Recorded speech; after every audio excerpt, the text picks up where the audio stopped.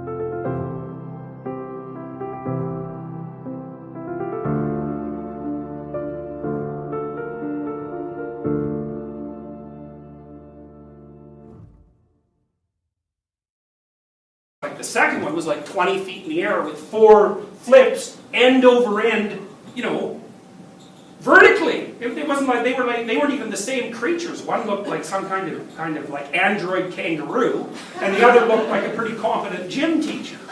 You know, so you know, I mean, God only knows what the limits of human ability are, but we certainly haven't touched them. And you guys, most of you, have no idea what you'd be capable of if you really got your acts together, you know, when you were a force. Because another thing you might think about is, maybe the existential misery that you experience in your life is directly proportional to the amount of time you waste. Because if the dragon guards a treasure, you know, and your job is to get the damn treasure, and you need it. It's not optional. Without the treasure, you don't have the riches necessary to live. All the time you're wasting is time that you're not spent in the treasure room, fundamentally. And so, you know, if you're not spending all your time in the treasure room, you can't complain about being poor.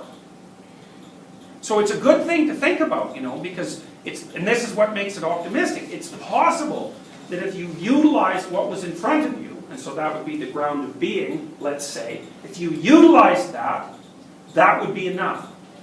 Or maybe you could get even really lucky, and if you utilized it properly, it wouldn't just be enough, it would be more than enough, you know. So you could go from saying, well, it's okay to be a limited and mortal being, to saying, hey, this is a pretty damn good deal, and if I could, I'd sign on for it again. And that was actually Nietzsche's idea of the eternal return, you know. So when he was trying to figure out what people should do as a consequence of the collapse of the ethical systems that constituted classical religious belief, he conjured up the idea of the eternal return, and it was roughly this. You should live in such a way so that if you had to repeat what you were doing forever into infinity, you would say yes to that. And that's an idea like Piaget's equilibrated state, except obviously it's stretched into huge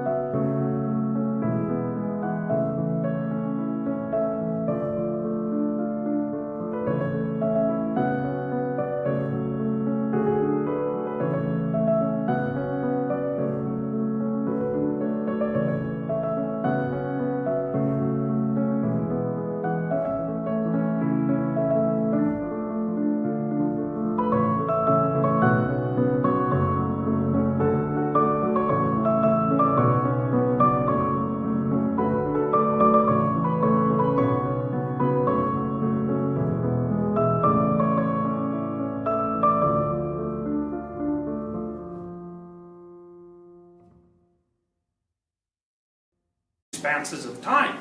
You know, and that's a high level thing to aim at, but you know, so here's another example. Like, I've seen people who get stuck in very bureaucratic organizations, you know, and they just get bloody well tortured to death by them because it's mindless tyranny, stupid rules, and on arbitrary decisions, and counterproductive management advice, and jealousy, and punishment for doing well, and you know, everything you can do to possibly set up a situation where the person who's got the job is just crushed by it.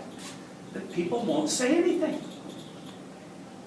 It's like, well, what would happen if you said something like, well, why do you want me to do this? It looks stupid. And they might be thinking, oh, I could have thought it was stupid too, you know, but someone else told me to do it. Highly probable that they would be thinking that. It's like, what happens if you just refuse to do stupid, useless, meaningless things? It's like, that's a rule. I don't do stupid, useless, meaningless. Well, you know, one of the things that happens in corporations, and I've seen this happen many times, is that the corporation gets, it's like an elephant that gets loaded with intestinal parasites. And I mean that as a biological analogy, I really do. Because a corporation is a body, in some sense, that has a tremendous amount of built-in value. And what can happen as the corporation develops is it gets full of people who just pull out the value. They don't actually do anything. They rape the brand is what they do. Because the brand has value, you know, like the Disney brand has value because it's associated with quality. You know, and if you wanted to destroy that, you take over the company and you put out Snow White 2 and Snow White 3 and Snow White 5 and Snow White 12 and everybody would buy it until like Snow White 20 when they wouldn't trust you anymore, and then you've sucked all the value out of the company and it's dead. You know, or you get people who come into the corporation and all they want to do is maneuver up to the top. They don't give a damn about what the thing is supposed to be producing or about how they're structuring their relationships with other.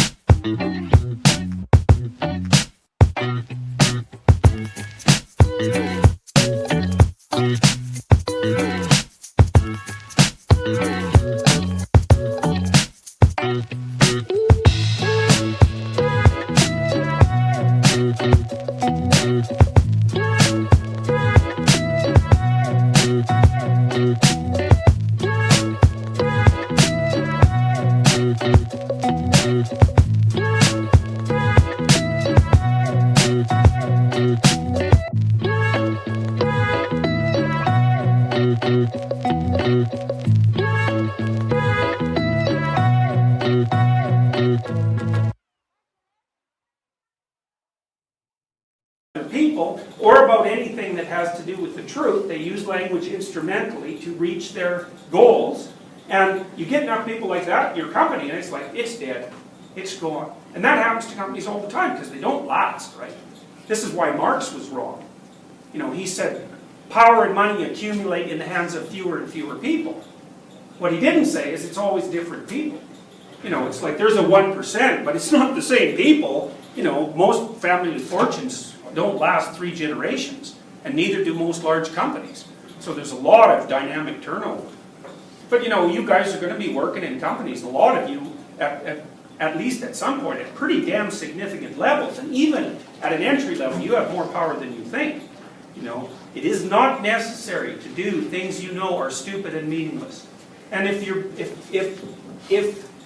the situation that you're in is demanding that, then you might ask yourself, maybe I should be somewhere else. And then you might say, well, I can't be.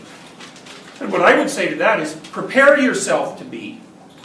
Like if you're going to go into a company and you want to live ethically, you need an escape strategy. And you need to have that along with you all the time. So you need an updated resume, and you need to be keeping your damn eye on the job market so that you can see where the other opportunities lie for you, and so you're not afraid to pursue them. You know, so you got to hone your interview skills. You got to keep your damn resume polished up. You got to make sure you have a broad social network, and you have to do it consciously. And so that if some dingbat tells you to do something counterproductive, meaningless, and we'll push it one step farther, clearly unethical, you can say no. And you can mean it, because no means I'm not doing that. And if you push me, we'll either have a war or I'll go somewhere else. It's like, that's what no means. That's what it means. It means I'm not doing this. And you can't say no till you have an alternative, right? You have to set yourself up so that no doesn't kill you.